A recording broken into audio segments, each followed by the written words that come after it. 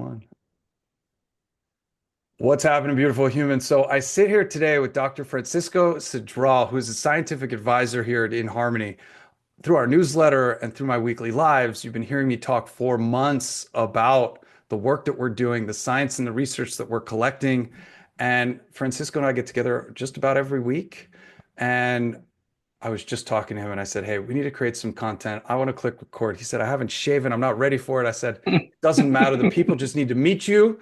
So I wanted to take a couple minutes to introduce Dr. Francisco Cidral, the work that we're doing through Scientifica Consulting, and this entire new arm that we have basically built here at inHarmony that's dedicated to science and research.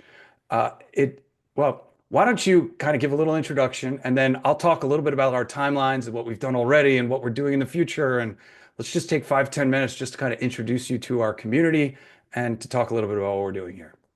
Okay, pleasure being here. Thank you. I mean, next time I will shave. I know, I promise you that.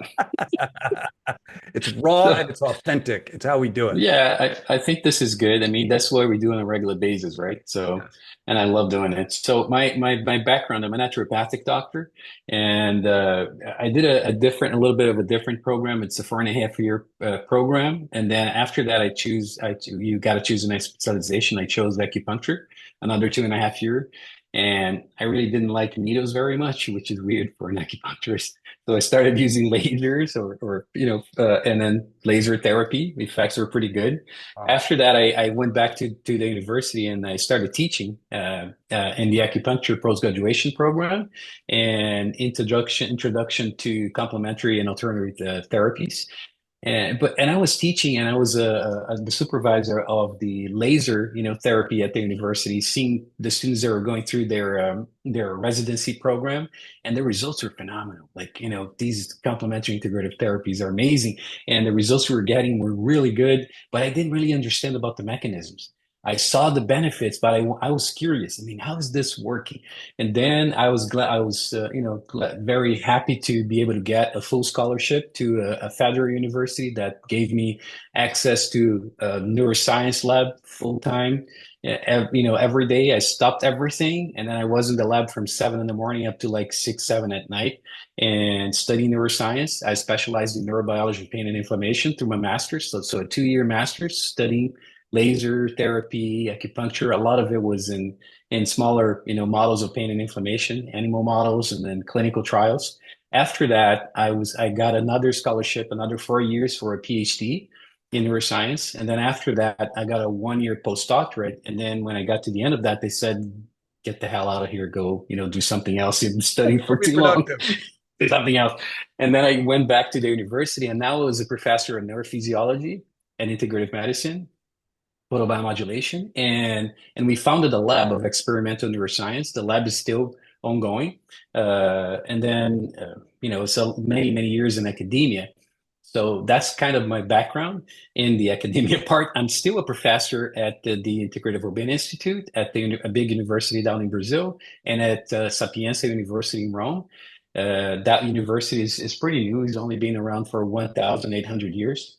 And I teach in Rome, like in the post-graduation program and master's program in neuromodulation. So I go back and forth to Brazil and then Italy and then here in the US. And I've been doing scientific consulting for maybe almost 15 years now here in the US. So Outstanding. that's the There's a trajectory. there's a big part of our constituency that's actually built around acupuncture, and it's one of the verticals that we talk about also. So we'll dive into that. Obviously, photobiomodulation. There's a lot of things I think that excite you about the research that we're doing here at inHarmony, specifically vibroacoustic therapy. You've had a cushion for a long time. We've been friends for 3, 4 years. What has you most excited about what we're working on right now? And then I'll kind of go through a little timeline of what we've done and what we're doing. This is a technology that is, again, non-invasive. That's basic, right? For me, very important. It's an easy way to influence your autonomic nervous system and then makes you function better. It enhances the benefits of any type of meditation that you're doing because now you have another sensory input into your body to help you with the whole process. That's how I feel when I'm using it during my meditations, is that the vibration is another part. Patrick from, BrainTap likes to talk about that all the time. Brainwave entrainment, external stimuli that are stimulating the process that you're going through and you want the changes that you want to put your brain into a different state. And you can use sound, you can use light, and vibration is a big component. Hmm. There's a lot of very interesting papers out there demonstrating that. So it's an interesting way to influence your autonomic nervous system and your brain as a whole. And it has a lot of different benefits from, raising quality of sleep, relaxation, and so on and so forth. I mean, Greg would know better than me, Well, about that. your team has already put together a few documents that I think are really important. We were working together for the last few months, maybe 6 months at this point. The first thing you went through is our entire website, and you reviewed all of the claims that and how they would be interpreted, so that we could basically create a 48-page compliance document that our marketing teams are using, our internal teams, our operating teams are using for really putting guardrails on the messaging that we're putting out there. And we reference this quite a bit, and you've been a phenomenal resource to help us with that as well. You also went through and reviewed something like 1,300 papers on vibroacoustic therapy, and we posted on our science and research page that literary review, which we have plans for in the future, but as of right now, it's there and it's read, and there's some statistical analysis to it. We've also launched 3 of 5 studies that are already up and we're receiving data. And we don't want to talk about that yet. I'm going to get you all dolled up, and we're going to produce some content where we're talking about those findings. So I want you to hold on that part first, because I'm really excited about what those initial findings have had. And then what we've been just talking about, and we've been talking about, is putting together a claims book. So what claims do we want to substantiate through the science and research that we're going to be doing, and then completing those science and research studies so that we can substantiate and make those claims. It's flipping the whole thing upside down to say, hey, where do we want, what do we know anecdotally? What have we seen through initial testing? What types of tests and research studies can we put together? And what claims do we want to be able to make? In turn, our affiliates and our user group can then make those claims as well. So this is something that I'm really excited about. And if you want to jump in on any of that, by the way, please do.